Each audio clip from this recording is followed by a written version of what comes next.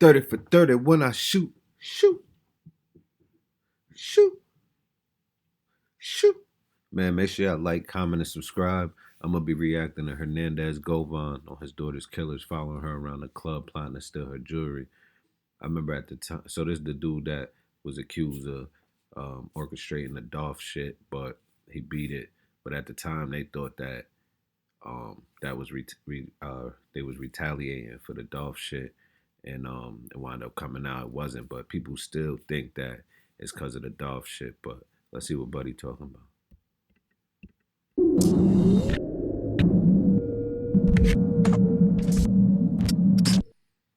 You said some things that made some people upset. You said that Dolph wasn't a street cat; he was a hustler. He wasn't a gangster. Yeah, he wasn't a gangster. Yeah. And I think if Dolph was alive, I think Dolph would Nigga, don't even speak on Dolph, nigga. Like that shouldn't even be a topic of conversation. Like gangster. So we got this shit fucked up. What's a gangster? My son was up. He was taking care of his people, his family man. That's gangster. He was a gangster. So you got to explain to me what's a gangster, because this shit don't. You shouldn't even be talking about Dolph. You beat the case, leave it alone, nigga. I think he would stamp what I said. Really? Yeah. Dolph was, and just because you he would have stamped what you said. You tell the nigga he not a gangster. What? Just because you a hustler and you're not a gangster, I'm not saying he was a bitch ass nigga. I definitely wasn't saying that because he wasn't no hoe. I'm just saying, he wasn't on no gangster type of time, and Dolph wanted some money. What are you saying? He was a hustler. He wasn't no hoe. He ain't played no. So what are you saying? These niggas just be on the net, just running their mouth like that shit crazy. And Dolph was a player. Dolph was nigga that's when he stepped out the house every day, he was like a mannequin from head to toe, fresh as a motherfucker. You know Sound what I'm like saying? a hater. And fuck with a lot of girls and was always at some money. So that's what I meant. When I said it, I meant it. I gave it like a compliment. It wasn't a diss. At one point in time in my life, I consider myself a straight hustler. I wouldn't. I hadn't got off into no gangster shit yet. I was just strictly on some. And we got it fucked up. Like what Dolph was doing was gangster. We got to make that the new gangster, because going out there crashing out, that's not gangster. You just a fucking crash out. Y'all got this shit fucked up for real, for real. Hustling shit, but the environment I come from, you have to, it's like shark infested water. So you got to learn how to, swim with the sharks, and gangster shit come with it. Yeah. I remember when your daughter passed in Houston, rest in peace. Sure. You spoke out on Facebook and you were like, you really blamed yourself? So what I meant by yeah, everybody ran with that, like, oh, he blamed himself? It's the Dolph shit. Word. It was, my daughter's side of the family, for the most part, I used to have a lot of nice things and shit to say about them people, but that shit gone out the window now. But just keeping it G, they church going people, basically, law abiding citizens, I would say, so all the street shit, the sliding and all of that shit that my daughter was talking about in her rap songs and shit, that I just feel like it came from her watching me, from a distance, and because nobody in her family lived that type of life. So I just feel like if I was a better role model or a better parent, And he would know, but who's to say she wasn't living that life because you was doing that too? And if you wasn't around her like that, she could have been doing that shit too. She wasn't seeing me doing the type of shit that I was doing. Maybe she would have been a better person. So that's what I meant by that. And that's also true too, because you lead by example for. And this was around the time where, the whole, I think the Dolph shit happened. So people assumed that was about the case you were going through. Correct. So we did report on that, and then we reported the guys who allegedly killed your daughter. They were from like Louisiana or Mississippi somewhere. Yeah, that was from Louisiana. That was so that was so like off to me. Yeah, and if a lot of people do their homework. Yeah, nobody did their homework. Nobody did their research. So everybody just whooped with the Dolph shit. Even one of my homies was saying that a few weeks ago. Like he thought that the Dolph shit was involved with that shit. Nah, it wasn't even that for real. Like you did, but it was all the timing. You know, it's in black and white. You know, the little boys, everybody told on everybody on their case. They were just some little kids.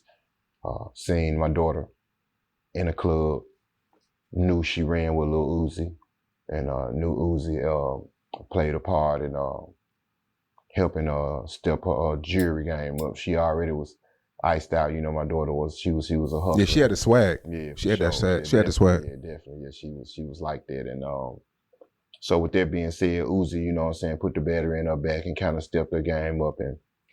And the little kids, they said they seen when she was, you know, online with Johnny, you know, getting her shit. Oh, so they were watching her the whole time. Yeah. You know, that whole night, you know, when they first spotted her, you know, they watched her. They had a couple girls, you know, move around, like follow her in the club, you know, some shit she wouldn't even pay attention to.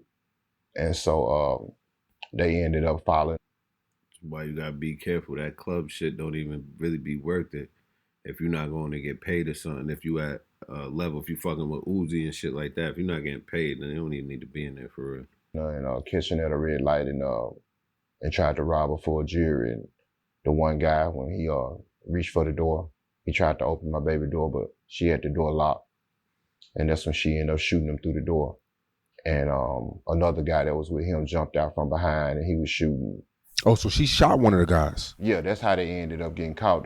When I was actually in communication with the detective when it first happened, detective. Damn, that shit crazy. She started blowing at them niggas. Love Lacey.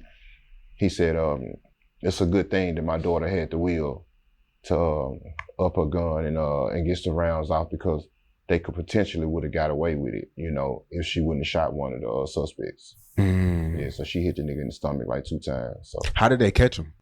They caught him because, you know, she shot him, his blood trail, you know, and he was they found him like about a block away, you know what I'm saying, down there unconscious from just 2 stomach shots that she hit him. Yeah. Okay. So they everybody in that case start telling on each other. Start telling on each other, you know, once they got the phones and shit. He tried to lie and say that he was behind my daughter and witnessed her getting robbed. She got into a shootout and he was an innocent bystander and he got shot. And, you know, they once they did their investigation, they realized that's foul play, man. Shorty was just minding her business too. His gun was one of the guns that, you know. And nobody even knew that was her daughter. If you wasn't from Memphis or if you ain't know for real, niggas ain't know that was her daughter. His daughter. They shot her car up and showing with that, you know, he saw like Michael Jackson, told everything, you know. And they ain't get no jury or nothing. They didn't even get a chance. They ain't get nothing, you know. And with everything. All that for nothing. Niggas be throwing their life away for nothing. All of that for nothing. These little kids, bum ass niggas, cooperated and told their social security number backwards. With that being said, if anybody in the hip hop community or rapper had anything to do with my daughter's death, those little kids would have said it. You know what I'm saying? And so with that being said, as you know, when they try to associate my daughter's death with what I had going on, I just sit back and, you know, I just shake my head and just laugh. When my daughter got killed, I wasn't even indicted yet. You know what I'm saying? Like, so I wasn't even on the radar as far as like, you know, having any involvement in the murder of young dog. So, you know, when my daughter got killed, it was innocent. It was just kind of like maybe a month or so prior, you know what I'm saying? Too close. Yeah. Had to be the roughest time of your life, right? Yeah, definitely. Yeah, you know, I lost my daughter, my grandmother, and a brother.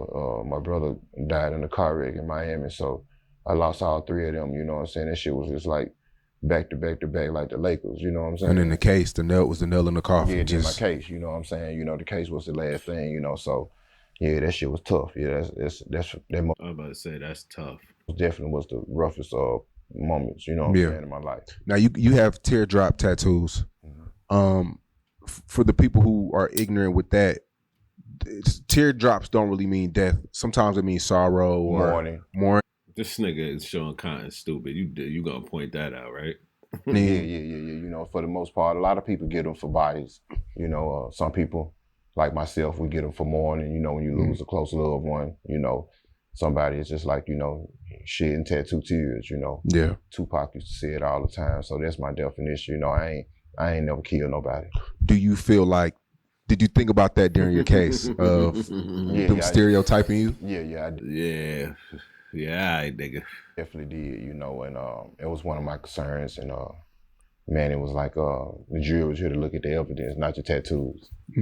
So yeah, he always, anytime I kind of got paranoid about shit, Manny Aurora, he was always there, a phone call away. You know, like I said, when I say Manny and Robert, they like the best attorneys in the world, because I ain't never met no attorneys you could wake up with a concern at 12, 1 in the morning and call them.